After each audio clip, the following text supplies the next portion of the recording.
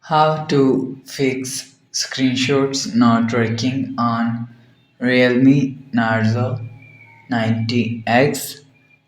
Let's start the video. If you want to fix this problem, so restart phone. Just click and hold side power button and restart device from here. After restart device, go back to home screen and you will see your problem is solved. But if it not solved, so go to app library. Here click on settings app. Now in setting, scroll down and click on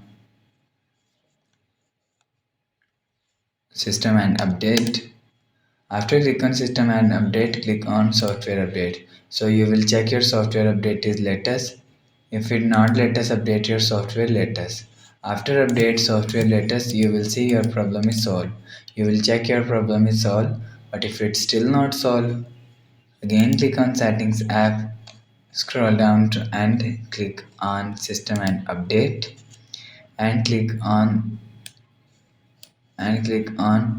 backup and reset phone and reset all setting, enter your phone pin and click on reset. So it just reset all settings.